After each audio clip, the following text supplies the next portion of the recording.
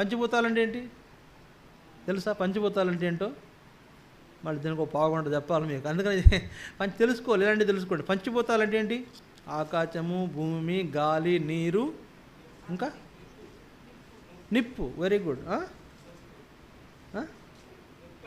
నిప్పు. ఓకే, నిప్పు బాగా చెప్పాడు. నిప్పు ఏంటంటే మళ్ళీ చెప్తున్నా, పంచభూతాలంటే గుర్తుపెట్టుకోండి, చాలామంది తెలియదు. పంచభూతాలంటే ఏంటి?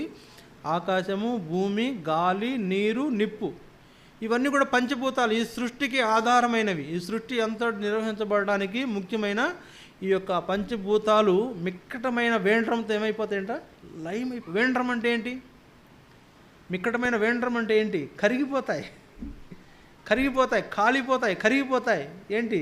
నీరు, గాలి, అగ్ని కరిగిపోవడం ఏంటండి? ఆకాశము, భూమి, ఇవన్నీ కరిగిపోతాయి. పంచభూతములు మిక్కటమైన వేండ్రంతో లయమైపోతాయి. ఇప్పుడు చెప్పండి, భూ సంబంధమైన వాటి మీద మనసు పెట్టుకోవడం మంచిదా కాదా? అంటే తాత్కాలికంగా ఉండాలి. చూడండి 2 కొరింథీ 5వ అధ్యాయం చూడండి. 2 కొరింథీ చాలా వచనాలు ఉన్నాయి, నేను త్వరగా వెళ్ళాలి కాబట్టి ముగిస్తా. 2 కొరింథీ 5వ అధ్యాయం మొదటి వచనం నుండి చూడండి. భూమి మీద మన గుడారమైన ఈ నివాసము శిథిలమైపోయినను చేతి పని కాక దేవుని చేత కట్టబడినదియు నిత్యమైనదియునైన నివాసము పరలోకమందు మనకు కొన్నదని ఎరుగుదుము.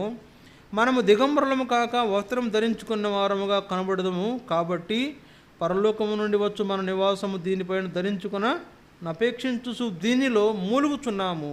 ఈ గుడారంలోనున్న మనము భారం మోసుకొని మూలుగుచున్నాము.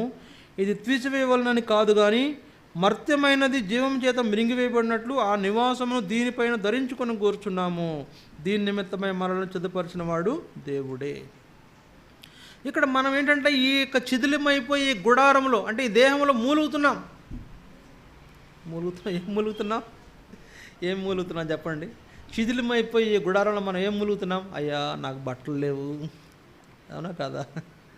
అవునా కాదా? అయ్యా నాకు బట్టలు లేవండి ప్రభు దేవుడు గారు, నాకు బట్టలు లేవు. అయ్యా నాకు ఫుడ్ లేదు, మంచి బిర్యానీ కావాలా? మూలుగుతున్నాం.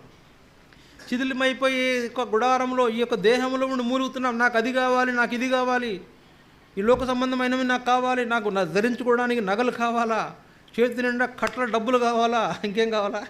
మంచి పేరు కావాలా? ఏం కావాలా? లోకంలో మంచి పేరు కావాలా? పరలోక పేరుతో పని లేదు మనకు, లోకంలో మంచి పేరు కావాలి మనకు. దేవుడు పరలోకంలో బడా మంచి నమ్మకమైన మంచి దాసుడా అని నేను పిలిచే పేరును కోరుకోకుండా భూలోక సంబంధంలో నన్ను అందరూ మెచ్చుకోవాలా, నన్ను అందరూ చూడాలా అని కోరుకునేటువంటి దానికి మూలుగుతుంది మన